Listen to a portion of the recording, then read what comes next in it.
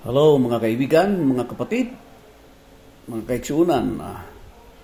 Ito si King Prince para sa part 2 ng Iran-Israel War na kasalukuyang nangyayari sa panahon natin ngayon.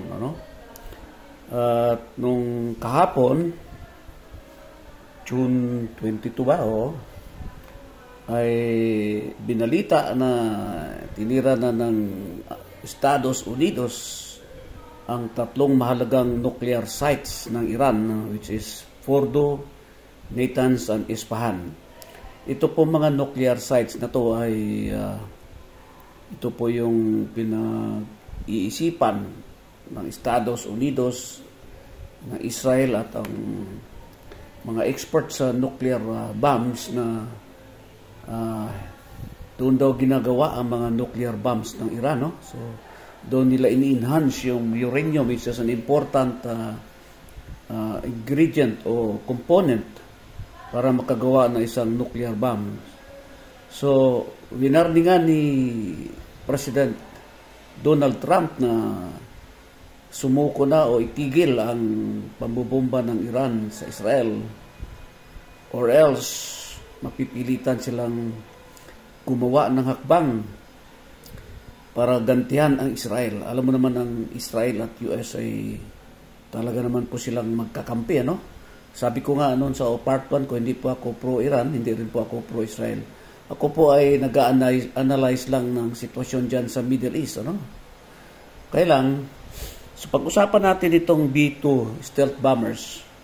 Nung tinira ng US ang 3 important nuclear sites ng Iran, which is Fordo, Natanz, and Isfahan, ito po ay bunker pa ito, malalim pa ito, maabot ito hanggang mga 30 to 50 meters deep sa ilalim ng lupa para hindi matamaan ng bomba. Pero ang B-2 stealth bombers po ng Amerika ay kaya po mag-penetrate ng hanggang 60 meters or even more, Papasok mo na sa doon, tapos pag umabot na sa 60 meters, saka siya sasabog. So matindi ang pinsala na magagawa niya kapag nandun sa dulo ng kanyang maximum na penetration meters, Doon siya sasabog. Kaya pag sumabog doon sa ilalim, magkakaroon ng additional damage pa kasi bomba yan . So habang lumilipad yung B-2 stealth bombers, 3, 6 yata. Isang site yata ay 2 B-2 stealth bombers ang pinakawalan ng Amerika. At sinasamahan pa ng mga fighter jets or planes ng Israel. So, side by side silang na tinira ang 3 important nuclear sites ng Iran. Pero napansin mo, mga kapatid, ang tinira lang naman ng Estados Unidos o ang utos ni President Donald Trump ay yung 3 nuclear sites lang. Kasi iniiwasan na nila na makagawa ang Iran ng mga dangerous o matinding klaseng nuclear bombs na magkakaroon ng matinding pinsala sa buong mundo. Pag itingnan mo naman yung sa Japan noon, yung Nagasaki at Hiroshima. Low-tech pa ang tao noon pero matinding pinsala. Paano ngayon? High-tech na mga tao. So, baka tayo lang ang papatay sa sarili natin, Parang yung end of the world natin ay tayo din gumawa dahil malupit ito. Napansin mo, 3 nuclear sites lang ang tinira ni Donald Trump. Hindi po siya nagbomba ng mga lugar na maraming tao na makapatay ng maraming Iranians o mga residente sa Iran. Hindi po niya ginawa yon. Ang ginawa lang po ni Donald Trump ay yung 3 important sites nga, itong Fordo, Natanz, at Isfahan. Kasi doon po ginagawa ng mga scientists na Iran ang uranium at itong nuclear bomb kuno na para bang pinaplano talaga na Iran ng gumawa ng weapons of mass destruction itong nuclear bomb. Kaya lang, ang epekto nito, Saka bago ka nga pala ituloy, meron ng mga suicide na nangyari dyan sa Damascus, sa Syria, sa isang church. na meron yatang 20 ang nasawi. Kasi ang mga ISIS o mga ibang extremist na mga grupo ng mga terorista ay dahil sa kanilang paniniwala ay kaya nilang pumatay sa sarili nilang katawan para madamay ang ibang katawan. Kaya yan yung nangyari sa church sa Damascus, no, mga kapatid. Ito naman, itong analysis ko dito sa pag-desisyon ni Donald Trump na bumbahin ang 3 mahalagang nuclear sites ng Iran, ay delikado din ito kasi para nag-react na ang mga Hezbollah, yung Houthis ng Yemen, Hezbollah ng Lebanon, at itong Hamas sa Palestine, ISIS, yung mga related na mga organisasyon na parang kakampi ng Iran, ano? Alam mo, ang Iran, matagal yan na, parang tahimik lang sila, pero ang sabi nga nila, hindi ako, na sila daw yung sumusuporta sa mga ibang extremist group. Sabi lang nila, hindi ko po alam kung gaano ito katotoo. Pero yun ang sabi nila. Ngayon, parang siguro ready ng Iran. Tingnan mo naman yung atake nila sa Israel. Diba, nga Israel, meron silang Iron Dome at Iron Beam, pero nakakalusot pa rin ang mga missiles na pinakawalan ng Iran doon sa Tel Aviv. Kaya marami ring namatay na tao doon sa Israel at malupit ang pinsala na nagagawa sa mga infrastruktura, mga buildings, mga kabahayan. At siyempre sa ekonomiya, sa negosyo. Tigil ang negosyo, kaya malupit ang epekto nito sa ating kababayan dyan sa Tel Aviv. Pati sa Iran, meron din tayong mga Pilipino overseas Filipino workers dyan sa Iran. Alam mo namang mga Pilipino ay kaibigan tayo ng lahat. Kaibigan tayo ng mga Iranians, ng mga Arabo, kaibigan tayo ng Russia. So, hindi tayo tawag nito, enemy, kundi kaibigan dahil nagtatrabaho tayo para sa kanila, no? So, ito, balikan natin yung paggawa ng pagbomba ni Donald Trump sa Iran. Ang malupit nito kung mag-react na nga itong mga Hamas, Hezbollah, ISIS, Houthis, at yung mga ibang Muslim countries na kakampi ng Iran, lalo na ang Russia. Kasi lumipad ang foreign minister ng Iran para makipagkita kay President Putin ng Russia. So hindi natin alam kung ano pinag-uusapan nila. Pero alam naman kasi, yan sila Putin, yung China, yung North Korea, simple nag-iisip din yan sila. Na kapag sila ay mag-retaliate, bawa, gagantihan din nila ang US o titirahin nilang Israel. Naku, labo-labo na yan, mga kapatid. Kasi pag gumanti ang Russia, ang China, ang North Korea doon sa Israel, palagay ko mahirapan ng Israel kasi malalaki na po yan. Hindi nga sila naka-perfect sa pag-intercept ng mga missiles ng Iran. Iran pa lang yun. Paano kung tinira siya ng China, ng Russia, ng North Korea? Kung sa Bisaya pa, unsao naman nila pagsapulan ng mga missile, nadagga naman kaayo. Marami, so talaga hindi na kayang sapulin or i-intercept ng kanilang Iron Dome at Iron Beam ng Israel. Kapag magsunod-sunod na ang pag-atake ng mga missiles. Yan, missiles pa lang, paano kung meron din silang parang B-2 stealth bombers ng US, ang Russia, ang China o ang North Korea, kasi yan yung mga parang enemies of America.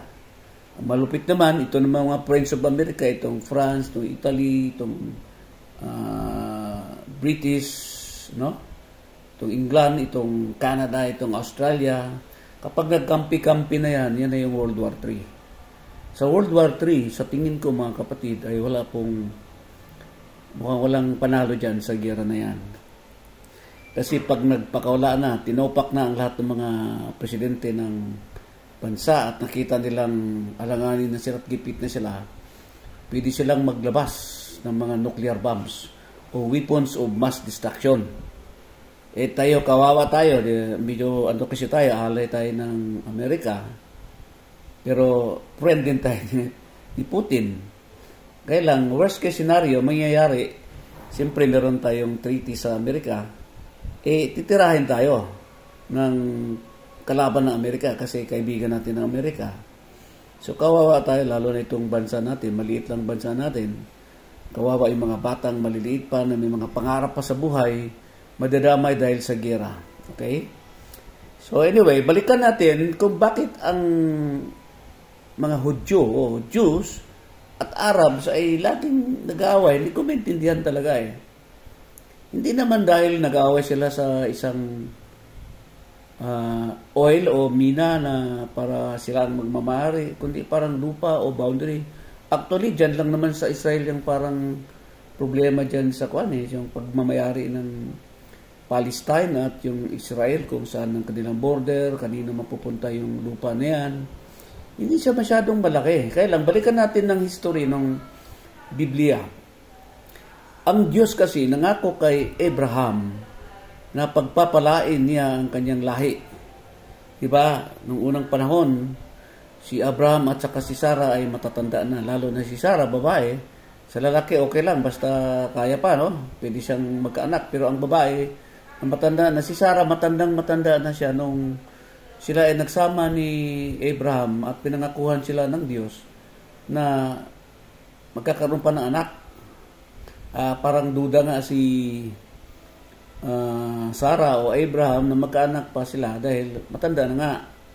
So anyway, meron silang katulong o maid servant na Egyptian na si Hagar.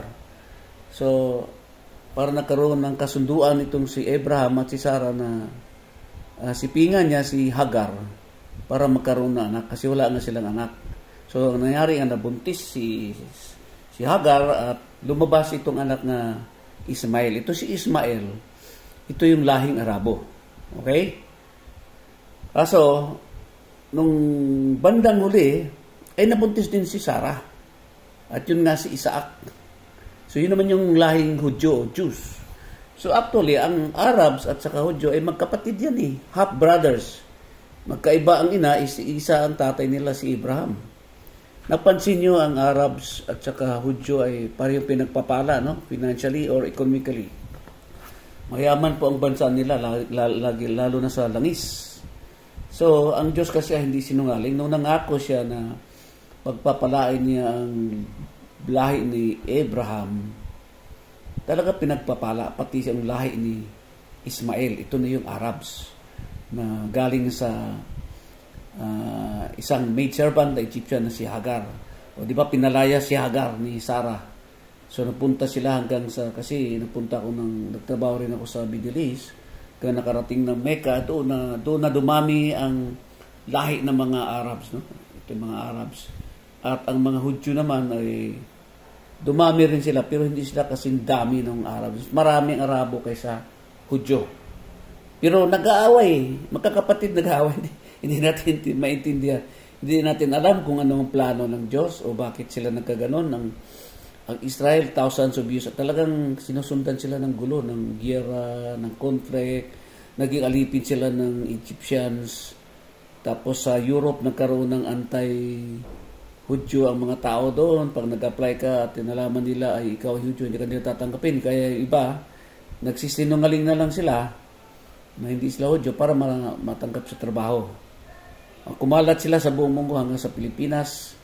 At tinanggap sila bilang refugees, no? 1940 siya tayo, pati sa Leyte, tumanggap din dito sa Marikina. Kaya ang Pilipinas ay mahal din ng Hudyo, no? Anyway, yun nga ang nakapagtataka. Hindi naman masyadong malaki ang dahilan kung bakit laging nag-aaway itong Arab saka Jews. So, hindi natin alam kung ano talaga plano ng Diyos. Okay? So anyway, balikan na natin yung Iran at Israel conflict. Ngayon hindi na lang Iran at Israel, kundi sumali na ang US. So tatlo na ang bansa na involved dito. Ang malupit dito kapag umalma na ang Houthi, Hamas, Hezbollah, mga bansang kakampi ng Iran, ng China, ang Russia, ang North Korea, ganyan, ang Turkey. Hindi natin alam kung anong stand ng Turkey. Malakas na bansa din yung Turkey. Ito, Indonesia is a Muslim country. Ang dami-daming tao dyan. Malakas din ang kanang military forces dyan sa Indonesia. No? Kasi marami nga sila, maraming tao sa Indonesia. Well, anyway, ito nga po yung part 2 ng aking Iran-Israeli war.